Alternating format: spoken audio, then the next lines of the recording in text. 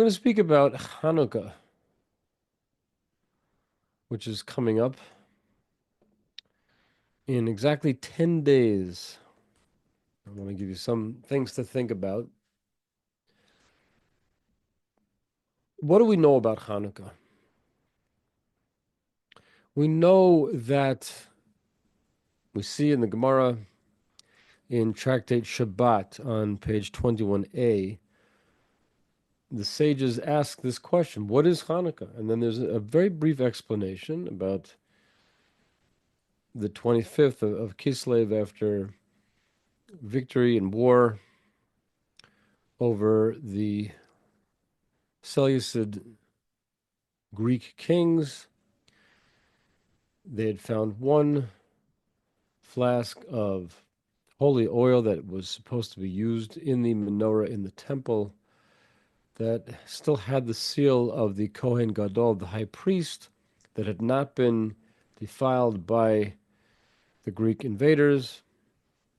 And this one flask of oil, which should have lasted one day, lasted for 8. That's what everybody understands. What is the context of this? Really is a victory and it's a victory over the decrees of Antiochus or Antiochus IV, who decreed, essentially, it was a calculated effort to obliterate the Jewish way of life and assimilate the Jews into the Hellenistic world, which was the ascendant culture, the ascendant empire in the Mediterranean basin and towards the east as well. We actually get our concepts of east and west from the Hellenistic empire.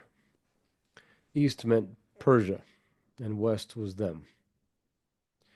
I think the word Asia actually comes from the Greek, which means east. In any case, Antiochus outlawed fundamental Jewish practices, including circumcision, Torah study, kashrut, the dietary laws, the offering of the tamidim, the daily sacrifices, and the observances of Shabbat and Rosh Chodesh. He commanded the burning of Torah scrolls and really sought to sever the Jewish people from their spiritual heritage. And we know that he desecrated the Second Temple by placing Greek idols in it and forcing the Kohen Gadol to sacrifice animals to Zeus, including pigs, and constructing a gymnasium in the yard of the Beit HaMikdash. This is one thing that the Greeks did wherever they went, which was to erect the gymnasium. We still have remnants of one in Jericho.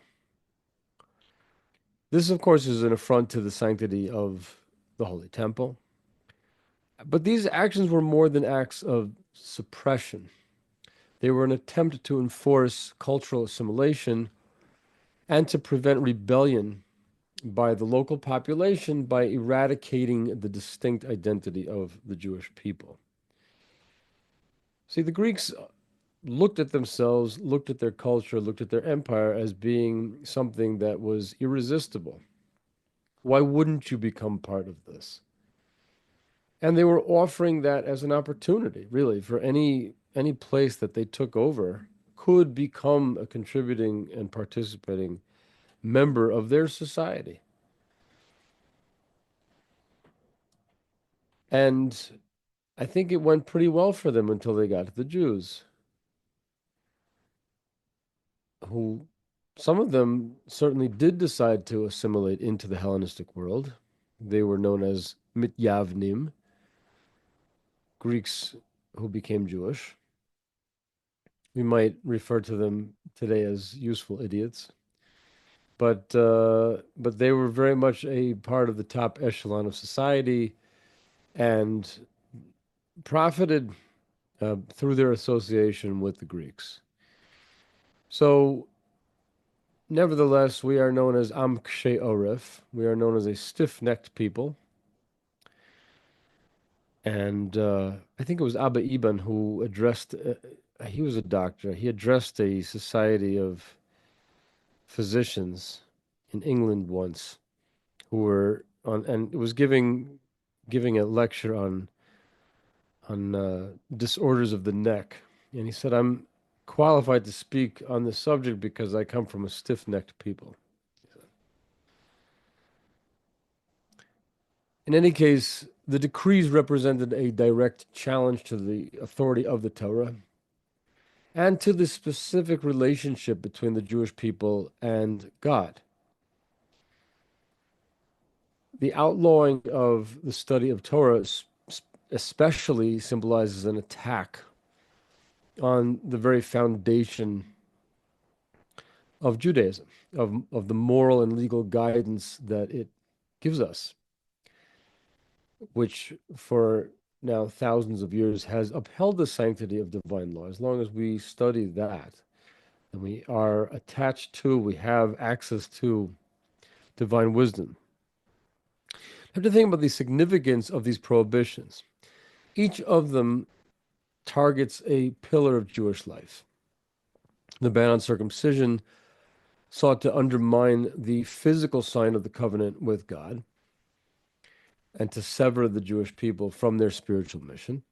The prohibition of Torah study aimed to prevent the transmission of divine wisdom and all the ethical principles of the Torah, which is the key to Jewish continuity. The burning of the Torah scrolls symbolize an assault on the written word of God, seeking to remove the obstacle that divine revelation represents from, let's say, the progressive history that the Greeks saw for themselves.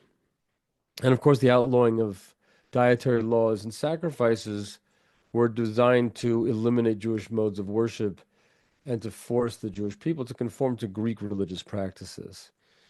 His decrees reflect not only a denial of religious freedom, but an existential threat to the Jewish identity, and were an attempt to transform Judaism into a relic of the past, replacing it with the new and improved Hellenistic culture that exalted human achievement and materialism above all else.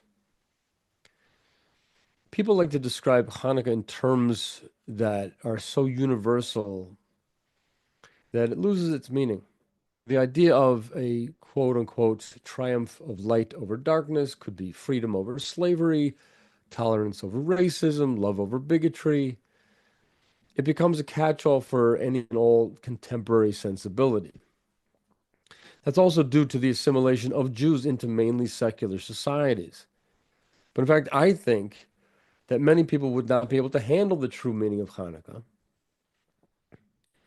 which is the victory of the indigenous people of Israel in the land of Israel and the rededication of the Holy Temple in Jerusalem, all of which occurs 163 years before the advent of Christianity, 789 years before the establishment of Islam, and 2,112 years before the founding of the United Nations. Of course, all of these have tried to deny the particularistic connection of the Jewish people to the land of Israel. I mean, how would people in this day and age react if they knew that this is what Hanukkah was really about? If that this proves beyond the shadow of a doubt who this land belongs to and what its purpose is. Hanukkah is also often mischaracterized as a Jewish equivalent of Christmas due to the fact that the two holidays often occur at the same time of year. And then, of course, modern commercialism takes over. If you can market cards and gifts to an even bigger group of potential customers, who cares what the actual meaning of these things is? Of course, it seems kind of unfair since the events of Hanukkah occur about 501 years before the first celebration of Christmas, which took place in the year 336 CE. We know the church authorities chose December 25th because of existing Roman festivals.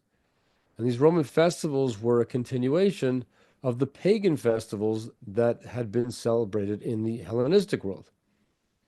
The Greeks worshipped the sun god Helios and celebrated the winter solstice as a time of renewal and rebirth, because after that point in the year, daylight begins to increase.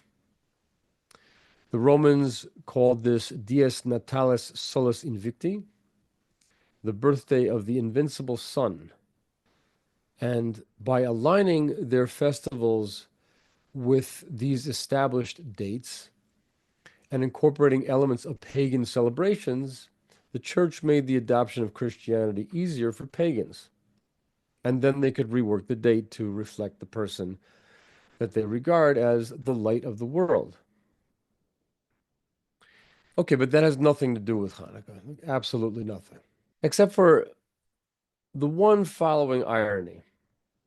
Hanukkah celebrates the victory of Torah and faith in God over pagan culture, while Christmas marks how Hellenistic pagan ideas through Christianity overshadowed Judaism. But the true significance of Hanukkah lies in its profound message of cultural and spiritual resilience. The story of Hanukkah can be found in Megillat Antiochus, which used to be read publicly in synagogues, much like the book of Esther is on Purim. It commemorates a rebellion against the imposition of Hellenistic culture and values on the Jewish people. Now, while this rebellion was particularistic in nature, it was a defense of Jewish identity and tradition, its ultimate message is universal. Hanukkah teaches the enduring importance of moral clarity, divine purpose, the idea that we are here for a reason, and that reason has been determined by one who is transcendent. And also the sanctity of spiritual values in a world that is prone to materialism and assimilation, much like what we see today. We have to understand, of course, the clash of civilizations. The encounter between Judaism and Hellenism really represents one of the most significant cultural clashes in history. Hellenism was the cultural and intellectual movement originating in ancient Greece. It emphasized human autonomy, the glorification of physical beauty, and intellectual achievement as really being the top level of human endeavor. The Greek religion featured gods who possessed human-like forms and emotions and reflected a worldview that celebrated human nature and its potential.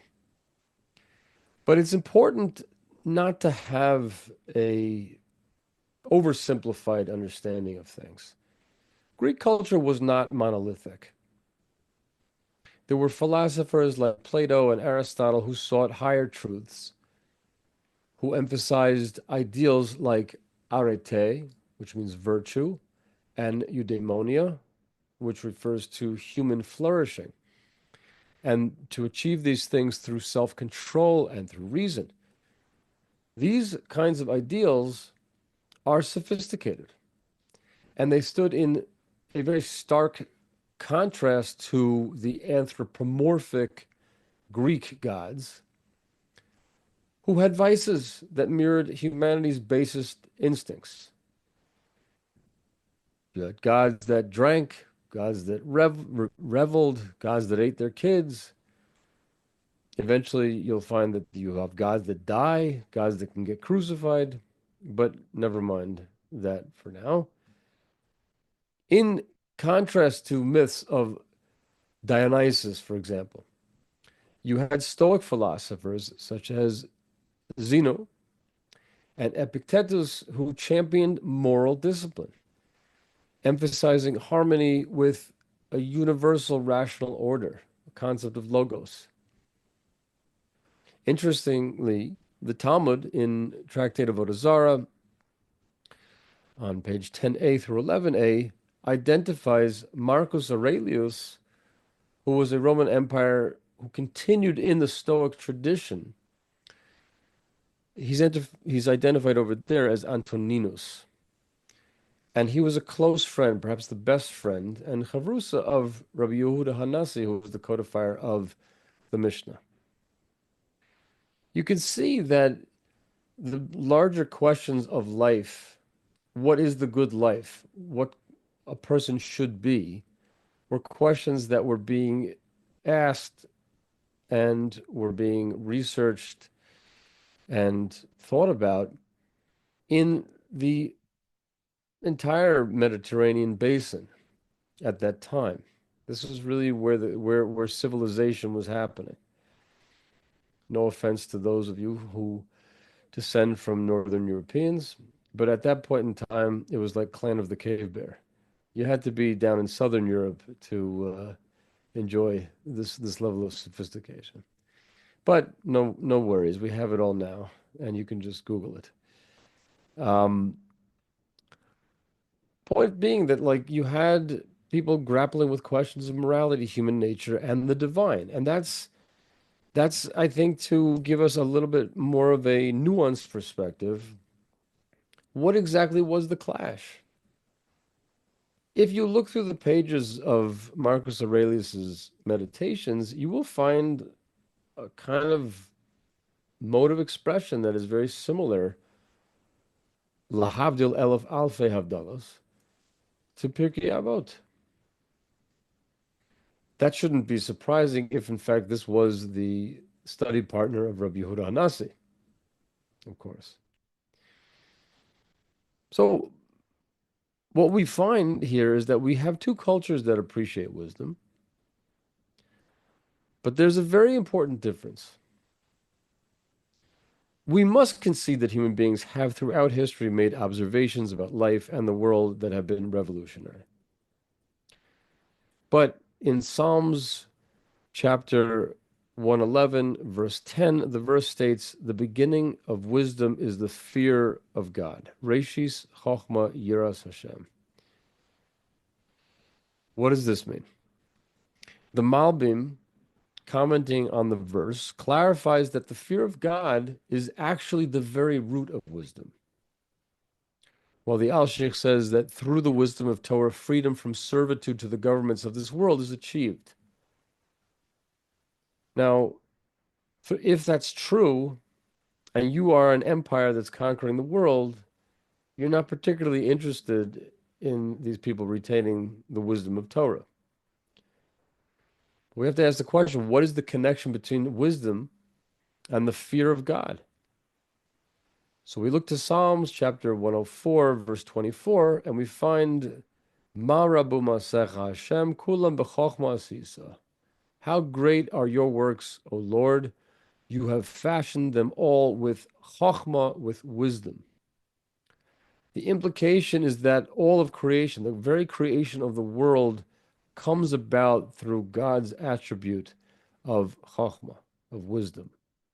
And so what you find throughout the natural world is essentially God's signature.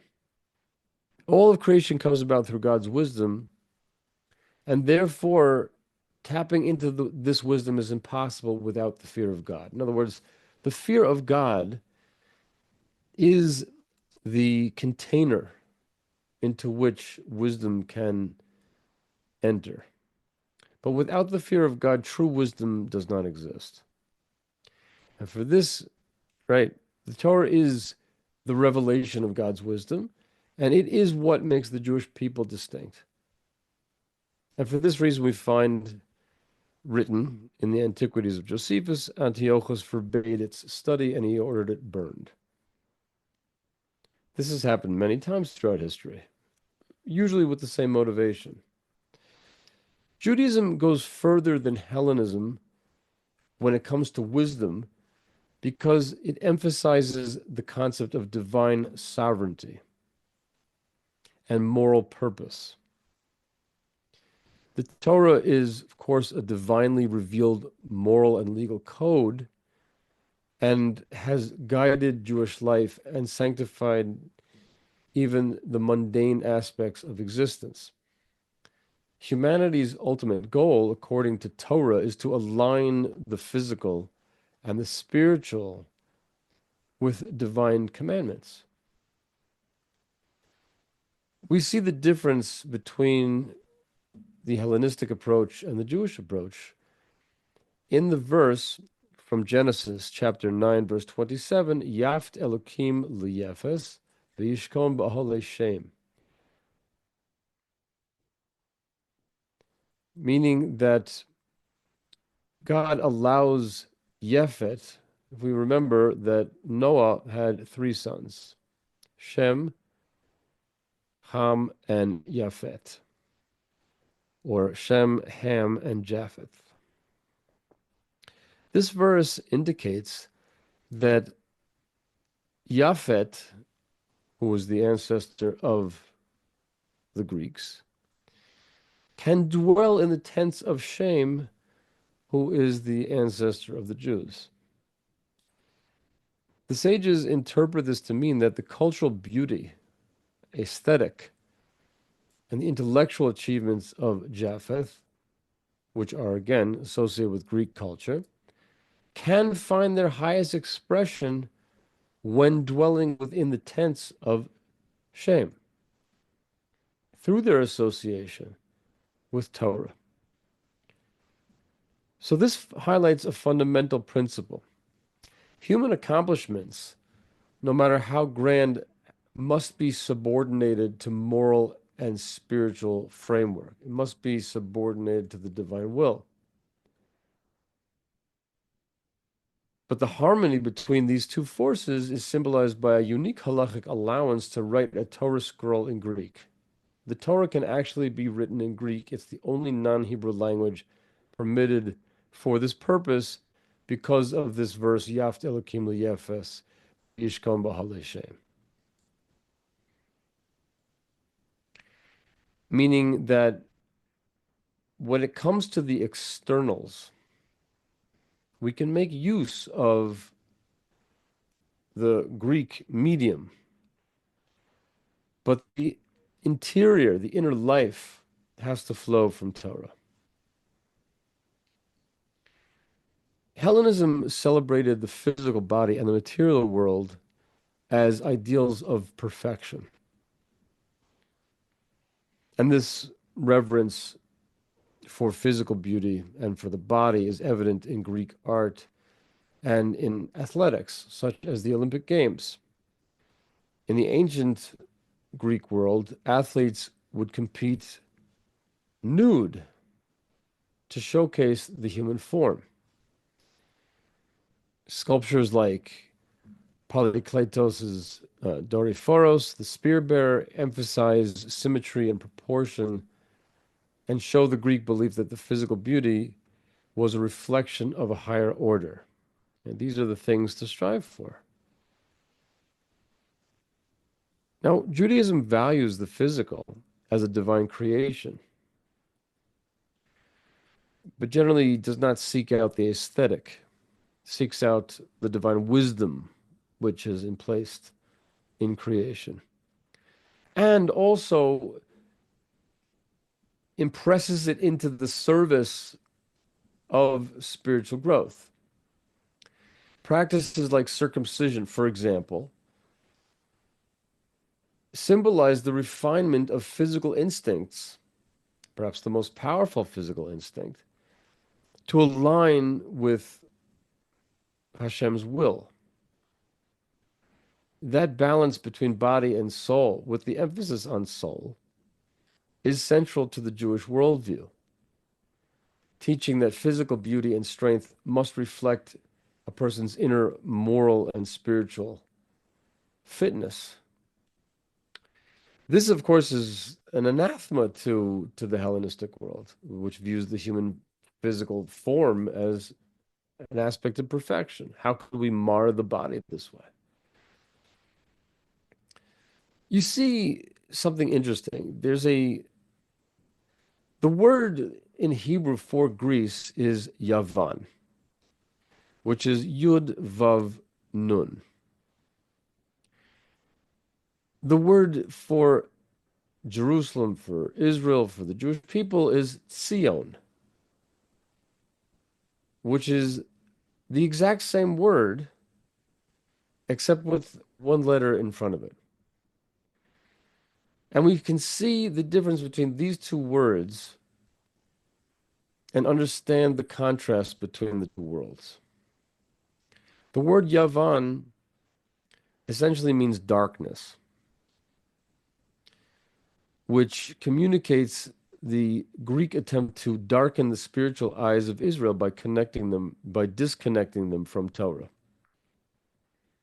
By contrast, the word Zion, which is where we get the word Zion, Zionism from, often represents Israel, Jerusalem. It contains the additional letter Tzadi, which symbolizes righteousness. A tzaddik is somebody who essentially has sublimated his physical self to his spiritual self.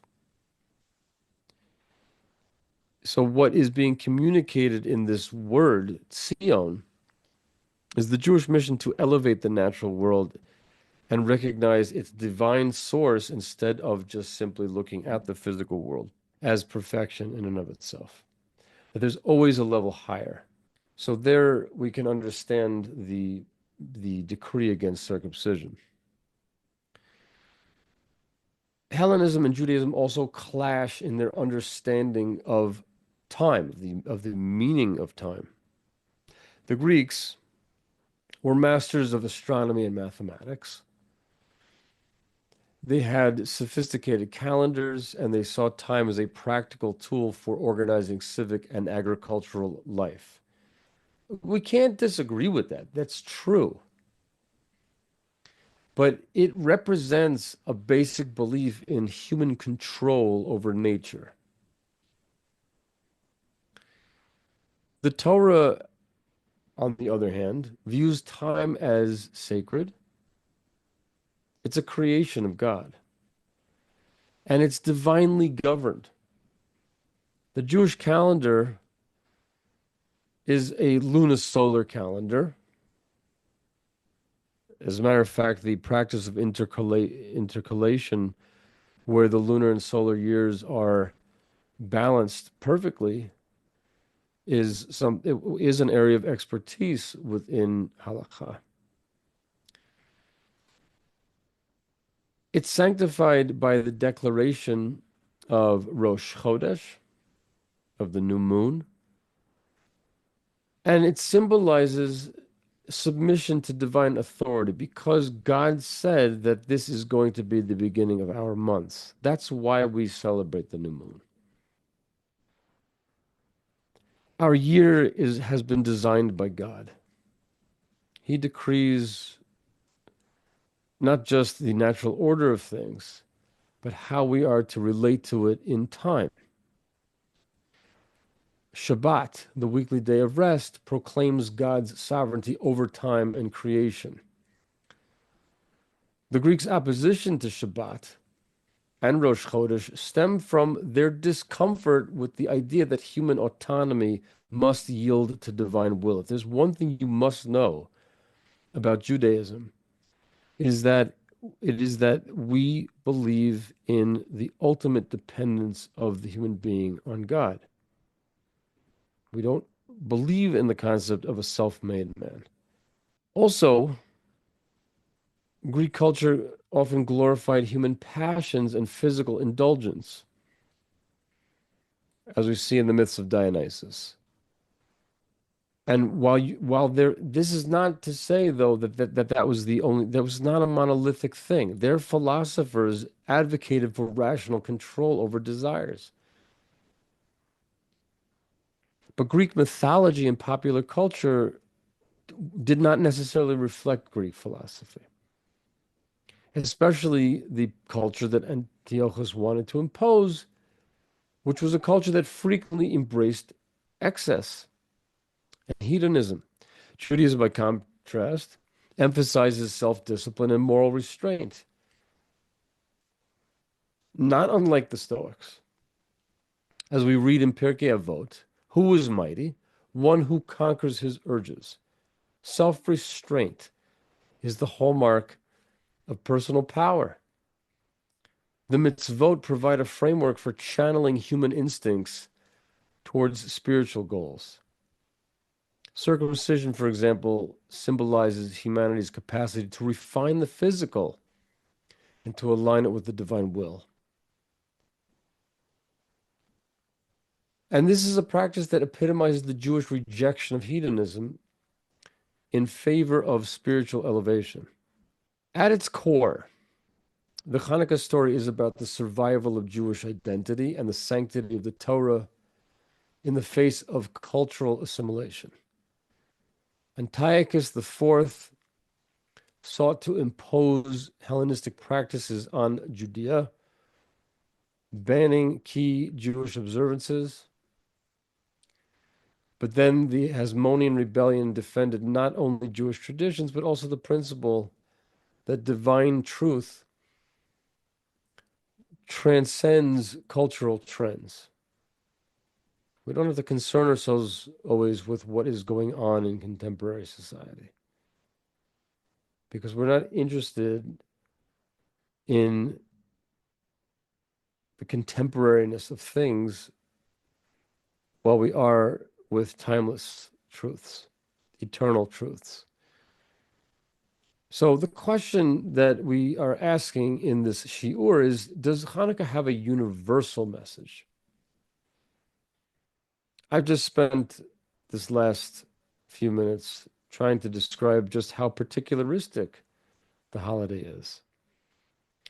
So paradoxically, while the rebellion was particularistic, the message is actually universal. By resisting the Greeks, the Jews upheld a vision of humanity that balances appreciation for the natural world with recognition of its divine source. This is a very critical balance for Noahides, who are called to embrace universal moral truths that flow from the Torah, while respecting cultural distinctiveness. The Hanukkah lights symbolizing the victory, not of physical light over physical darkness, but of spiritual illumination over the exaltation of the intellect, which represents darkness. In other words, if all we have is human reason and rationality, even in its most sophisticated and refined iteration, that relative to an understanding, a spiritual understanding of the transcendent God who runs this world, that's considered darkness by comparison. And this reminds all of humanity of the importance of preserving the transcendent values amidst worldly distractions. We've never had more distractions than we have now. For Noahides, Hanukkah offers a lesson in the dangers of unchecked materialism and the enduring relevance of divine purpose. The Greeks sought to universalize their culture by suppressing dissenting traditions. But the Maccabees' response demonstrated that real universality lies in acknowledging the divine source of human accomplishment and aligning that with higher values, with a relationship with God. And Hanukkah also provides Noahides with a model for resisting cultural assimilation while upholding their spiritual integrity. The Jewish rebellion against Hellenistic imposition was not merely a rejection of one culture for another, but it was a defense of the divine mission that was assigned to Israel and to humanity at large. Noahides, as partners in that mission, can draw inspiration from Hanukkah's message to remain steadfast in their adherence to the universal and ethical principles that are rooted in Torah, even amidst societal pressures.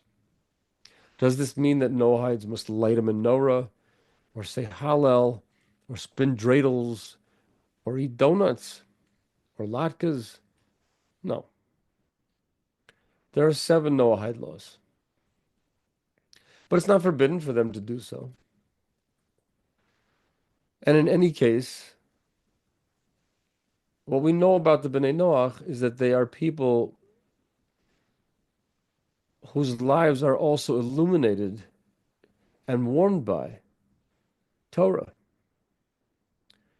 They bask in the same light that the Jews do. So it's really a personal choice exactly how to relate to that and what to do around it. You know, you have to be creative, and you have to find what it is you connect to exactly. But what we know is that Hanukkah is more than just a historical commemoration. It's a celebration of spiritual resilience, moral clarity in the face of a culture. The victory of the Maccabees over the Hellenistic Greeks represents victory of Torah, of divine purpose over human hubris, and reminds us that true beauty and wisdom come from recognizing Hashem's hand in creation. For Noahides, Hanukkah provides inspiration about the importance of safeguarding their spiritual integrity while they engage with the broader world.